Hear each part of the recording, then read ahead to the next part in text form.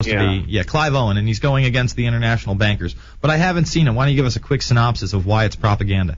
Well, first off, it was one bank, not the global banking conspiracy, but it left you with the impression that at the end you got the feeling that the lead, the character, the hero, was just hopeless. He just really, in a sense, he got done what he had to do, but I'm not going to give away the plot of the movie, but you just can't fight the big bank. And so I thought, well, in feature films, anything that's theatrical, you can suspend disbelief, and I think that's the message that was behind that flick. So it's a defeatist, don't even try to fight these guys, you can't win kind of attitude. I got a call on this. Hey, Mark, how you doing? Hey, pretty good. Hey, callers, how you doing? Hi. This is Alex. I'm up here working late at night on the final stuff. The man works so hard you can't believe it. No, the point is I'm just telling folks why I'm here. I'm not just like perching above Bermas like some parrot. But I haven't seen the International, but I read the synopsis of it. And basically, and I guess the caller is confirming this, but I predicted this on the show, that it's just like Blood Diamond. Mm-hmm. In Blood Diamond, it's one rogue diamond broker that's artificially keeping up prices, and he's buying diamonds from the evil Africans that dig up the diamonds themselves.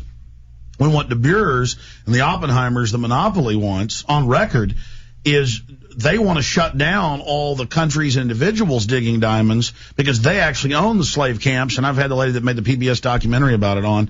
They own the real slave camps, and they want to keep the monopoly going. So we're fighting the bad guys, but they miscast it, as rogue groups trying to sell diamonds. Same thing's here. It's one bank, and what's Gordon Brown, everybody saying right as the movie comes out right now? We've got to shut down rogue banks. We've got to have a one world government bank that rules all of them when those very rogue banks are their banks. It really just means giving them governmental power. So they tattle on themselves but misrepresent what it is with a false problem reaction solution and then bring in more control. But I'm going to let you get back to Mark Dice and the callers. And Mark, it's good to have you here, my friend. And maybe we need to get you a show in the near future here on the system. But I'm just enjoying listening to you guys while you talk. But what do you think about that? Keep up the good work. Looking forward to Obama deception. You know what we should do is we should organize a phone mob into conservative talk radios, into Hannity, into O'Reilly, if O'Reilly's even still on the air, I know he's going to quit, into all the conservative talk shows. We should organize a phone mob and get everybody to call in and plug the video on March 15th, and that whole week when it comes out, get people to ask questions about it. Have you seen it? Get all these people talking about it. Let's get millions of listeners. Let's use why don't you take that audience. on? Let's use Glenn Beck's audience and get them to start talking about this and spread the word. Well, we're saved. Glenn Beck is going to investigate. And when the show's over, folks should go up to InfoWars.com and hear my audio blog. I kind of got mad driving over here tonight. I went home and saw the family came back.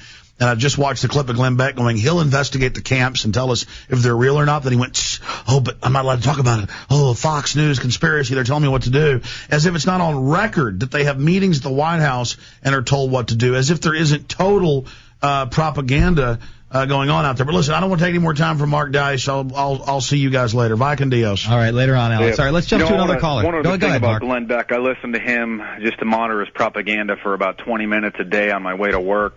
And, I hear him talking about some of these issues, but twice in the last week or two I've heard him say that the 9/11 truthers are nuts. And I don't subscribe. I was going to try to pull the podcast. I don't know if anybody posted it. I haven't even checked. But he was mentioning that the 9/11 truthers are nuts. He equated us with Nazis again last week. And I heard him again this morning on his radio show. He was talking about the FEMA camps and how he's trying to debunk them, but I just don't know if I can debunk them. And then he mentioned something about, I don't want to get into the steel doesn't melt at 1,600 degrees. So he still is, he's a very, very slick propagandist. And if you go, I think that the clip is probably pulled. I'll try to post it again on YouTube. He said that he hated 9/11 victims' family members for asking questions, and he told them to shut up. And you could probably find this. I posted it. I dug it up and posted it a couple weeks ago.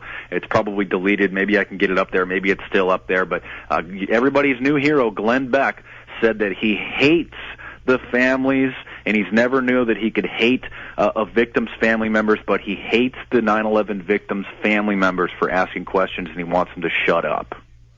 All right, let's jump to the next caller. Let's go to Jessica in North Carolina. Jessica, what's on your mind? Hi. Well, I was originally going to talk about the military oath, and then I hope that anyone who does know any military members will try their best to remind them of the military oath, because that's not really what's drilled into their head nowadays. Well, what is drilled in their head? You got 20 seconds.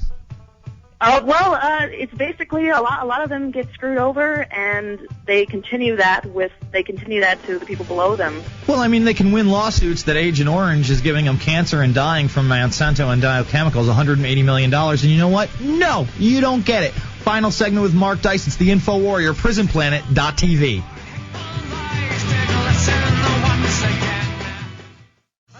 All right, folks, we are back.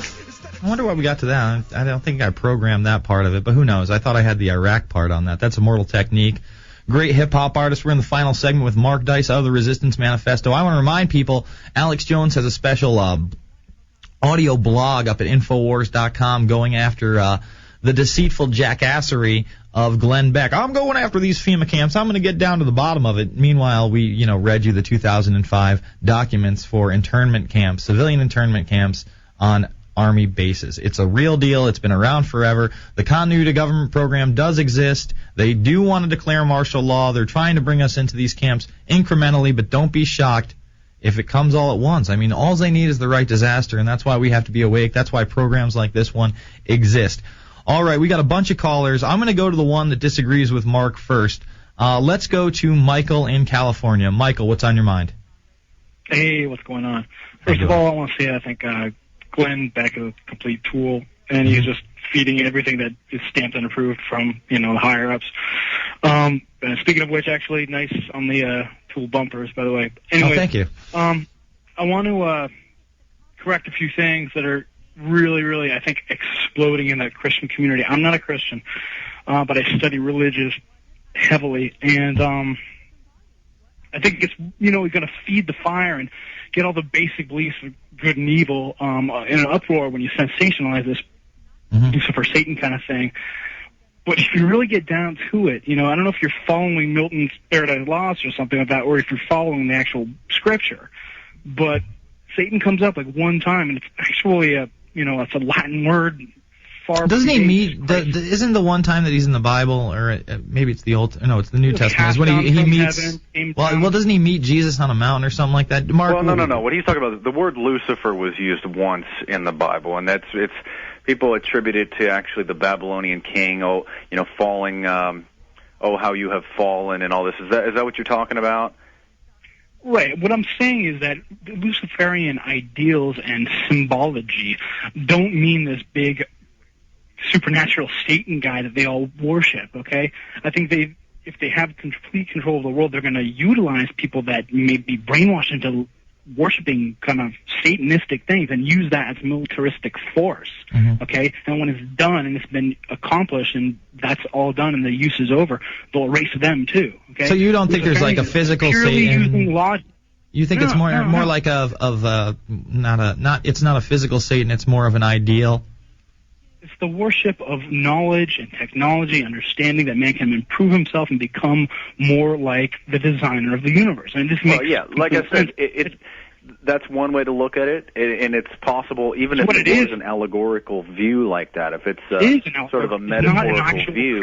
But hold on, whether it's an actual creature or not, they do all these weird rituals, and people like Aleister Crowley. I mean, I had to watch. There's a documentary out there called Aleister Crowley and the Other Loch Ness Monster, where they basically admit that what he was into was Luciferianism and Lucifer worship, but then they say that, Lucifer is the study, like you said, of hidden knowledge. The ideals of that symbol, though. Yeah, but they made it out to like being Crowley's the greatest guy. But dude, they make it out to they make it out like Crowley's the greatest guy in the world. Meanwhile, he's this high-level Mason. He's part of all these secret societies. His kid dies two of his kids die under very suspicious circumstances, and he openly did blood magic sex rituals. Isn't that right, Dice? Listen. Yeah. Anton LaVey. Hold on, Michael, I gave you your chance. We only got 2 minutes. Go ahead, Dice. Anton LaVey is supposedly an atheist, and in his brand of Satanism, people say that it's atheistic Satanism, but in his own authorized biography written by his second wife, it talks about how he actually prayed to Satan to bestow blessings to help this little child of his girlfriend or of a friend. So he believed in a supernatural force. He believed that he could place curses on people. So this All is right, not Mark, just about I gotta stop you. knowledge and wisdom. This is about a supernatural connection to some sort of an entity. Or they believe it. Who knows? Guys, it's the Info Warrior. We're going to be back with the podcast. Remember, Alex Jones tomorrow. He's got an InfoWars blog, prisonplanet.tv, Infowars.net.